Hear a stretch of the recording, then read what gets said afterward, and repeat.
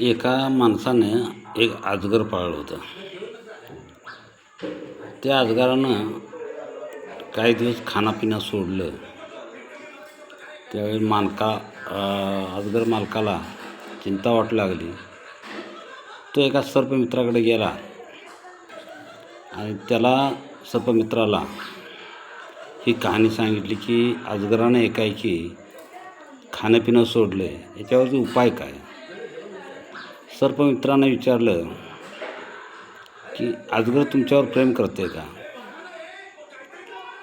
तो मालक म्हणाला, नुसतं प्रेम नाही, ते माझ्याबरोबर आता हल्ली लय लगट करायला लागले.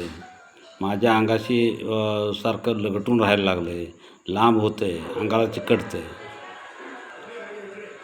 यावर तो सर्पमित्र म्हणाला, ते काय आजारी वगैरे काही नाही. त्या अजगराला तुम्हाला गिळायचं आहे, त्याच्या पोटात बसावं म्हणून त्यानं खाणंपिणं सोडलं आहे. तुम्ही तुमच्या साईजचं त्याला पोट करायचं आहे म्हणून कायम ते माप घेतं आहे की पोटात हा व्यक्ती मावल का, याचा अंदाज वरचेवर करतं आहे ते. आणि पोटात बसायसाठी पचायसाठी त्यानं खाणंपिणं सोडलं. समाजात देखील असंच आहे. अचानक एकाएकी एखादी व्यक्ती तुमच्यावर जास्त प्रेम करू लागली, लगड करू लागली, तुमच्या तळवळ ताटायला लागली,